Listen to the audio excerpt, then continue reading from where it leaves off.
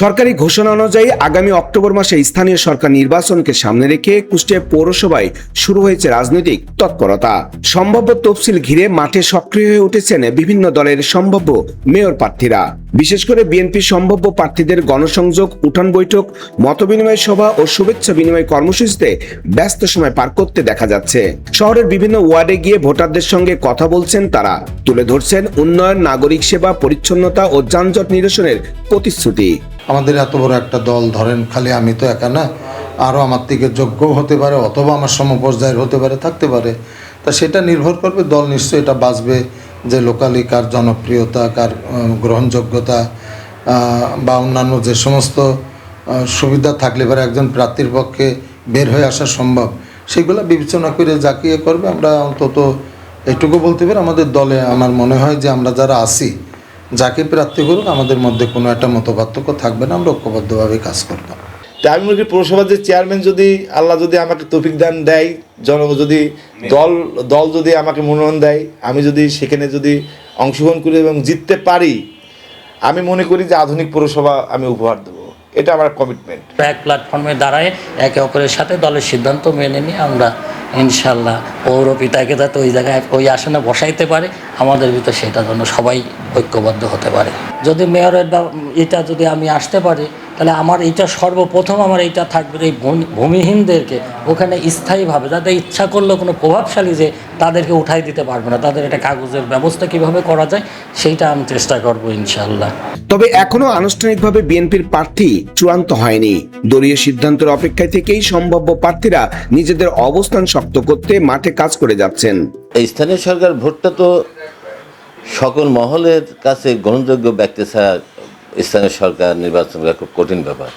তার সাথে যদি আমাকে দল আমাকে দেয়, সমর্থন করে, সেক্ষেত্রে আমার বিশ্বাস আল্লাহর রহমতে আমি ওতায় যেতে পারবো। কুষ্টিয়া শহরবাসী যদি আমাকে নির্বাচিত করেন, তো আমার তো একটা পরিকল্পনা আমার আছে।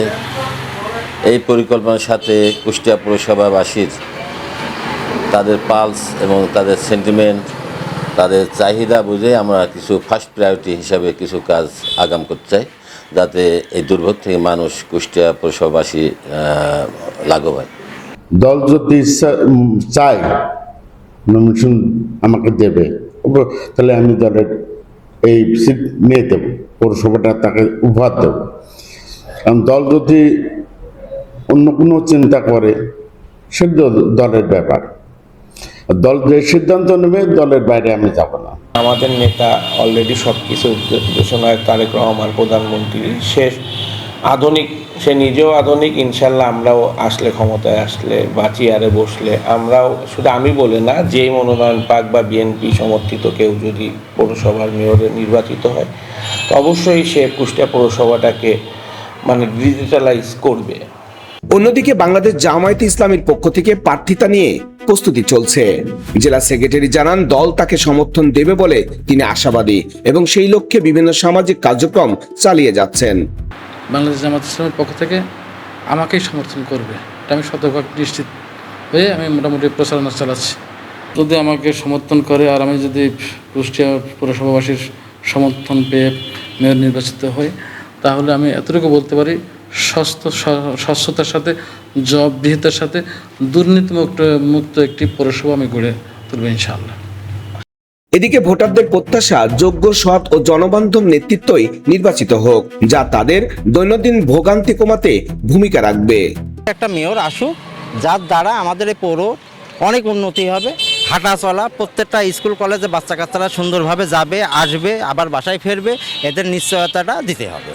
কুষ্টিয়া এমন একজন মেয়র চাই যে কুষ্টিয়ার জন্য চিন্তা করবে, কুষ্টিয়ার জনগণের জন্য চিন্তা করবে। আমাদের অনেক সমস্যা আছে, দেখা যাচ্ছে বৃষ্টি বাদলা হলে জলাবদ্ধ হয়ে যায়, হাঁটুবিন্দু পানি হয়ে যায়, এগুলো নিরসন করবে।